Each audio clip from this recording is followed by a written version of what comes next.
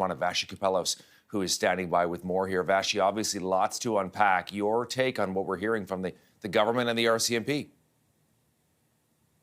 Well, it's an incredibly significant development that has led now to, as you described it, a very pronounced impasse between our two countries as far as the diplomatic relationship between India and Canada goes. I think we're used to stuff like this happening when it comes to our adversaries, but India is the world's largest democracy. It is seen by our allies like the United States, for example, as a key strategic player when it comes to countering, for example, the advent and the increase in Chinese power coming straight from China. And so this has huge ramifications beyond just what we heard today, but kind of economic in nature, political in nature. It's a big deal. And it was fascinating to see it unroll today, and in particular to hear the Prime Minister and the two ministers of Public Safety and Foreign Affairs kind of lay out the timeline of what happened that led to that press conference today and ultimately led to the impasse that they find themselves at this moment. Yeah, what did you make of the RCMP holding a news conference and kind of disclosing this, and then the Prime Minister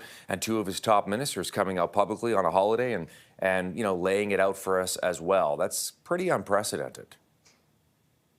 It is, and from the conversations that I've had today in the people, in particular in and around the Minister of Foreign Affairs and then also in the RCMP, the line that I keep getting back is that they felt they had no choice, and that's simply explained by the timeline. For example, over the weekend, the RCMP met with their counterparts, I believe it was in Singapore, their Indian counterparts in Singapore, presented the evidence that they told Canadians about in more broad strokes today, and said, like, here you go, here's the evidence that you've been asking for in order to prove what we have been alleging over the last year, and most specifically when the Prime Minister stood up at the House of Commons, and they were essentially rebuffed.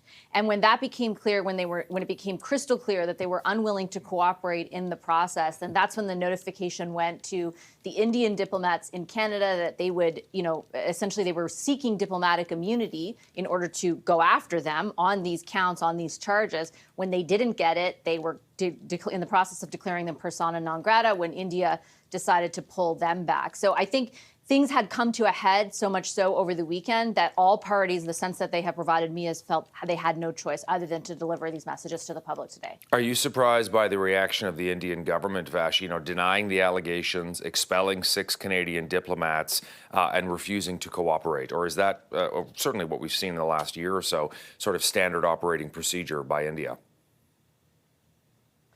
I'm not surprised, and for a couple of reasons. I think, question period, we had the High Commissioner, one of the individuals who has left, who was going to be kicked out on question period. And he made it pretty clear that they did not feel there had been enough evidence or any evidence provided by the Canadian government. And in fact, my guess was at the time that he was coming on to kind of say everyone is ready to move on. I remember interviewing Jody Thomas, who was the National Security Advisor at the time of all this coming to a head to the Prime Minister, and she had indicated that there was more cooperation from India. So things seemed to be progressing in some way, but I very clearly remember the High Commissioner sort of saying, we are insisting that they were cooperating to a certain degree, that they hadn't seen any evidence to underscore what the Prime Minister had alleged.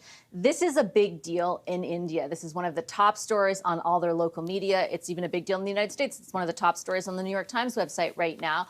I think that I am in no way surprised that India is kind of digging in. There's a huge backstory, and you alluded to it, around their frustration for years in the way in which they perceive the Canadian government to handle Sikh separatism and the concept of Sikh separatism as it has unfolded in this country. And so I think they sort of have a way of looking at this where they feel as though the federal government has wronged them originally. And so it is not surprising to me that they would kind of dig in, not be cooperative, and then kind of expel our diplomats in a tit-for-tat way. It is, though, very impactful. I will say, like I said at the beginning, this isn't, Iran, where we're losing diplomatic relations with a country that is clearly our adversary. I mean, that's not to take away from the allegations and how serious they are. The fact the RCMP is essentially saying the government of India and their delegates pose a national security threat to this country. That's no way to take away the seriousness of that.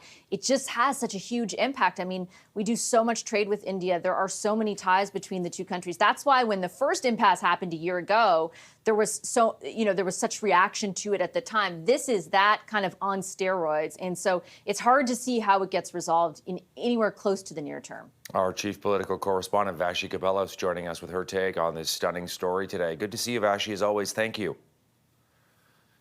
You too, Todd. Thanks.